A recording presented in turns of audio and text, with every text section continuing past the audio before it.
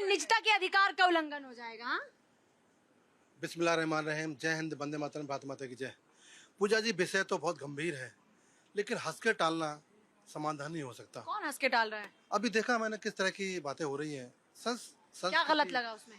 मैं बता रहा हूँ, मुझे आना दो, मुझे भी लाइन पे आना दो, बस बता रहा हूँ।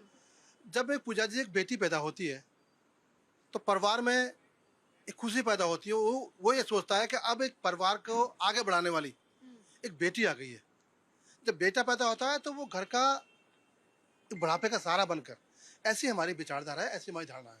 लेकिन जो बेटी कभी भाई के हाथ में आज भी राखी बांधती है, पहले बांधती थी और बांधती रहेगी, आज वो राखी बांधने वाली इतनी क्रूर हो जाएगी, ये समझ से परे है।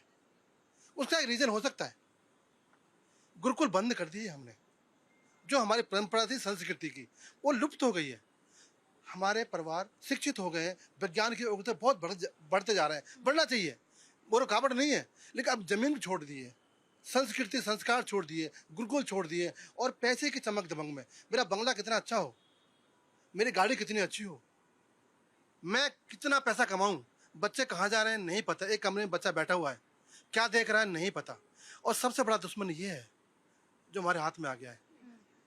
एक दुश्मन है ये हमारी संस्कृति का। और आज एक कलर्स टीवी पे देखा होगा, शायद आप भी शायद उसकी फैन होगी, मैं देखता हूँ कलर्स टेलीविजन पर 5 धारावाहिक आते हैं। बाप बेटी की लड़ाई, माँ बहन की लड़ाई, सास नंद की लड़ाई, घर घर की लड़ाई, यानी कि वो लड़ाई दिखाते हैं। तो इस देश के सिनेमा हॉल भी क्या दिखा रहे हैं, हमारे बच्चे क्या देख रहे हैं कि षड्यंत्र रचा जा रहा है कि कैसे मैं भाई की जमीन को हड़प लूँ, कैसे नंद कह रही है कि मैं सास घर से बाहर निकाल दूँ, कैसे जिठानी कह रही है कि नंद को मैं खत्म कर दूँ, कैसे भाई कह रहा है कि मैं उसका मैं सारा सामान लूट लूँ। तो जब ये सीरियल दिखाए जा रहे हैं तो सर बदलाव तो आएगा। संस्कृति गुरुकुल बंद कर दिए तो लुप्त तो होगी, फिर रोना किस चीज़ का है। एक बेटी जो सीधा पैदा हुई है वो इसी को देख कर पैदा हुई है। हमारे गुरुकुल बंद हो गए, टेलीविजन क्या दिखा रहा है, फोन में क्या आ रहे हैं, और हमारे अच्छा ठीक है, मेरी मजबूरी है नौकरी करना, लेकिन मजबूरी ये नहीं है कि बच्चों को बंद कर दूं, मजबूरी ये नहीं है कि बच्चे मैं शिक्षा छोड़ दूं। आप आओ उसी पैटर्न पर। जो तपस्वी ऋषि मुनियों ने इस देश को सींचा है, अपनी कुर्बानी दी है, अपने पसीने से सींचा है इसको। ये वो तपोभूमि है जहाँ पर योद्धा पैदा होते हैं, कायर बेटी पैदा नहीं होती, सिया जैसी बेटा पैदा नहीं होती। ये पैदा क्यों हो रही है कि हमने वो सभ्यता अपना ली है जो हमारे देश की है ही नहीं। उस पर चर्चा की जानी चाहिए ना। हम समाज को, बेटी थोड़ी है सर, बेटो भी तो है जो अब तक बेटियों को मारते हैं। आज बात हो रही है बेटी की तो चर्चा उस पर रखेंगे, बेटे की बात कल कर लेना।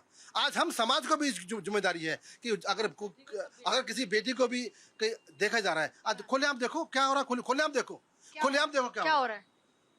मैं शायद बोलने में असमर्थ हूँ उसको बोलने में। आज खुलेआम क्या हो रहा है एनसीआर के अंदर, हमारी आंखें बंद हो जाती हैं। क्या हमारे संस्कार ऐसे हैं, क्या हमारे बच्चे ऐसे हैं, क्या हमारा समाज ऐसा है, हम आज कहाँ खड़े हैं? ऐसे ही हैं, तभी आप देख पा रहे हैं आज की डेट में सब। देखिए पूजा जी, बहुत देर से मैंने सभी वक्ताओं को सुना और उन्होंने समाज की बहुत सारी कुरीतियों पर चर्चा करी। और सबसे बड़ी बात देखिए, जब इसमें मोबाइल भी रहा, पाकिस्तान भी पहुंच गए हम, धर्म भी आ गया, लेकिन जो मेन मुद्दे की बात है वो ये जनरेशन गैप पे बात करना भूल गए। ये जो सबसे बड़ा फैक्टर है जैन जी और हम लोग के बीच में, जो इसके बाद अल्फा भी है, ये लोग जिसको हम लोग अभी आम भाषा में बोलने लगे जैन जी, पहले जैन जी को कोई नहीं जानता था। लेकिन जो सबसे बड़ा विषय है वो है जनरेशन गैप, हमारी सोच का फर्क है। आप ये देखिए, जब हम सिया जैसी सोच पे चर्चा कर रहे हैं, ना कि सिया पे।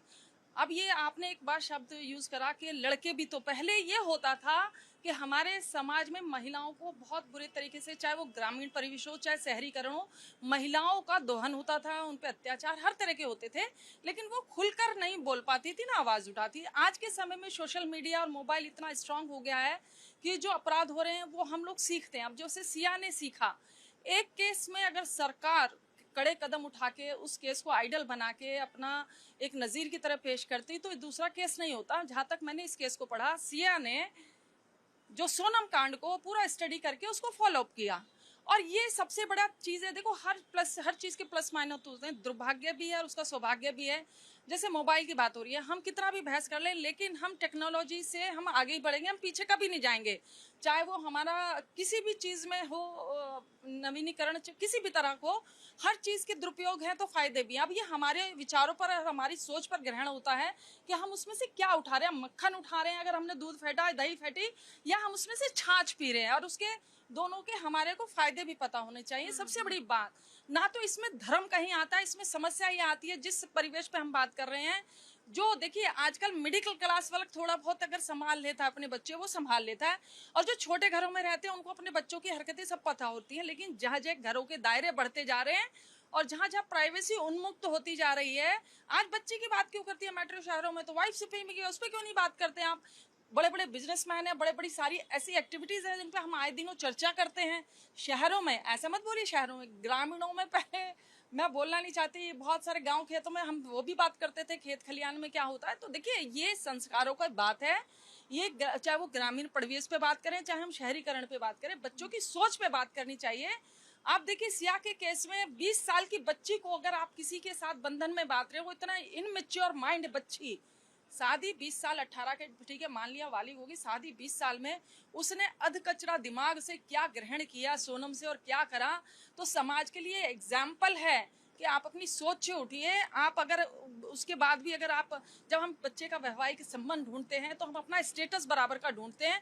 हमें उस सोच से भी उठना पड़ेगा, हमें उस सोच से भी बाहर आना पड़ेगा कि हमारी बच्ची ने गरीब घर का लड़का ढूंढा है और हम उसको नहीं अपना पा रहे। हम अपने बराबर के स्टेटस में जाके अपनी जाति में करें, सजातीय में करें, कहीं भी करें, हम अभी भी उस सोच से अभी जो मामले सामने वो तो थोड़े अलग थे ना, उनमें ना ऐसा कि जाति का मामला, ना उनमें ऐसा कि पैसे और स्टेटस का मामला। देखिए इस वाले केस में ये भी देखिए, लड़की का जो भाई था उसका, आप स्टेटस स्टैंडर्ड की बात करते हैं तो चाहे मुस्कान, सोनम, सिया, किसी को उठाकर देखिए। मुस्कान ने भी, देखिए हमने भी बहुत टाइम इस पे बहस करी। मुस्कान ने पहले बोला था कि मुझे नहीं करनी, लेकिन घर वाले अगर बच्चों की आवाज, माँ बाप जिम्मेदार हैं। बिल्कुल, माँ बाप बच्चों को अभी उस वाली चीजों से बाहर निकलना चाहिए। जैसे मेरे भी बच्चे हैं, मुझे भी डर लगता है आगे क्या समय में। मोरल वैल्यूज की जो बात सिखा रहे थे कि माँ बाप, फिर क्या मोरल वैल्यूज सिखा रहे हैं? फिर इसका मतलब तो ये वैल्यूज पहले माँ बाप को शर्म भी नहीं आता। सरकारें क्या कहती है? सरकार कहती है तुम अपने बच्चे के साथ, सरकार का काम अलग है, संस्कारों का अलग है।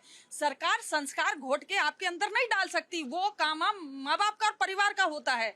सबसे बड़ी बात, एक छोटा सा एग्जांपल देती हूँ। मेरी बच्ची अगर बाहर जा रही है और पूरा मोहल्ला उसकी हरकतें देख रहा है और मैं आंखें बंद करके चश्मा लगा के बैठी हूँ और उसको मानने के लिए तैयार नहीं हूँ कि मेरी बच्ची इस एक्टिविटीज में, और पड़ोसी अगर उसे गलती से बता भी दें तो माँ बाप उस बच्चे से लोग तुम मेरे बच्चे को बदनाम कर रहे हो, एक्सेप्ट नहीं करते अपने बच्चे की खामियों को। हम आए दिन चैनलों पे बहस करते हैं, जो कोई बच्चा रेप करता है हम उससे बहस करते हैं। माँ बाप लास्ट मोमेंट तक सरकार में बहस अच्छा वकील करके कहते हैं कि मेरा बच्चा इनोसेंट है, वो मानता ही नहीं है कि उनके बच्चे ने रेप भी करा है। तो ये सोचिए, ये भी तो वही माँ बाप है जिनके बच्चे रेप करके आते हैं और लास्ट मोमेंट तक कहते हैं मेरा बच्चा इनोसेंट है, उसने रेप नहीं करा, और वो अच्छे से अच्छा समाधान है कि माँ बाप को भी सुधरना होगा, बच्चों को भी सुधरना होगा। देखिए समाधान, प्राइवेसी जरूरी है कि नहीं बच्चों की? नहीं, प्राइवेसी जरूरी है, लेकिन बच्चे जब हम पैदा करते हैं तो हमारे को संस्कार देना भी हमारा काम है, सरकार का काम मुझे है। अभी माँ जी ने सारी बातें कह भी दी और नकार भी दी। अभी सारी बातें कह दी कि समाज क्या करेगा, माता पिता क्या करेंगे। नहीं पूजा जी, आज मैं कह देता हूँ, हमारे महानगरों के अंदर आज नशा खुलेआम हो रहा है। वो बच्चे हमारे तो हैं, शहरों में भी होगा, आपको बात करते हैं, ग्रामीण परिवेश में भी हो रहा है, मुझे बोलो दो। पता नहीं कितने लोग चाइना गए। पूजा जी, आज महानगरों में बेटियां हों या बेटे हों, वो खुलेआम नशा कर रहे हैं। खुलेआम मतलब ऐसे कर रहे हैं कि नहीं कर सकते। ये समाज को जागरूक होना पड़ेगा। अगर कोई बच्चा दिख रहा है, हम टोकने की क्षमता तो रखें। हम आंख बंद कर बैठेंगे मेरा बच्चा नहीं है, ये मेरी बच्ची नहीं है, ये समाधान नहीं है ना। समाधान तो ये है कि हमें समाज में जब किसी को आप टोकिए पूजा जी, वो तो कहते हैं आप संस्कार और नैतिकता के ठेकेदार हो। फिर क्यों चला रहे हो? फिर चुप जाओ, फिर समाज कौन आएगा? फिर कौन आगे जाएगा? फिर कौन आगे जाएगा? मैं एग्जांपल देता हूँ चाइना का, पता नहीं कितने लोग चाइना गए होंगे इनमें से। तो चाइना में आप जाके देखिए, कभी क्राइम आपसे बहुत कम है, नाम मात्र के लिए क्राइम है, ना मर्डर हो रहे हैं, ना कुछ हो रहा है, सरकार ने कर रखा है। कल्चर इन्वेजन के नाम पे कुछ नहीं हुआ है, ना गूगल चलता है, ना ट्विटर चलता है, ना फेसबुक चलता है। उनके सारी अपनी साइट से अपने कंट्रोल है उनके हाथ में, सारी की सारी चीज के। बात यह है कि आपकी सरकारों ने कल्चर इन्वेजन होने दिया, कल्चरली पाश्चात्य आक्रमण हुआ है भारत पे, और इस पे सब सोते रहे। मैं कह रहा हूं आपके बराबर आबादी चाइना की, आपसे 3 गुना बड़ा है क्षेत्रफल में, और बड़े बड़े शहर हैं, आपसे बहुत बड़े बड़े शहर हैं, और क्राइम जीरो है बहुत उन शहरों में। क्यों? और ये भी क्राइम कि भाई कोई ना बॉयफ्रेंड किसी को मार रहा है, ना गर्लफ्रेंड किसी को मार रही है, इवन महिलाओं की प्रताड़ना भी बहुत कम है। वो चाइना ने करके दिखाया। जब इस चीज में एग्जाम्पल है हमारे सामने तो हम कहीं से सीख सकते हैं।